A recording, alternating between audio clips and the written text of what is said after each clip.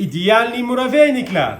Muraveynikni qaytadan kashf qilib, Istanbulda turk baklavasi bilan raqobatlashib, turk qardoshlarimizni ko'nglini ola oldik. Agarda sizga ham ma'qul kelsa, bu men uchun sharafdir. 82% maxsus pesochniy xamirlar uchun mo'ljallangan 200 g margarinni to'rkadan chiqarib, 500 g un bilan aralashtirib olamiz.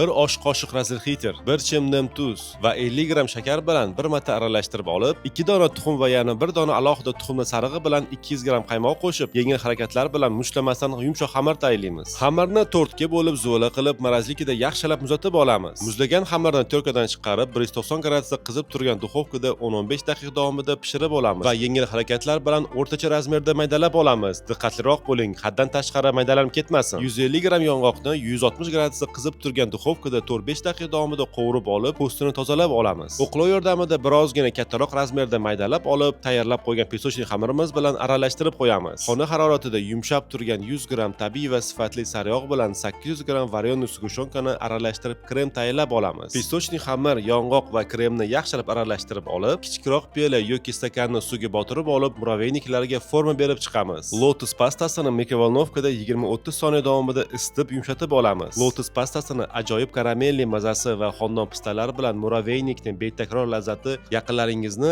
ajablantira olishi aniq. Hayit dasturxoniga ushbu san'at asarini tayyorlab ko'ring.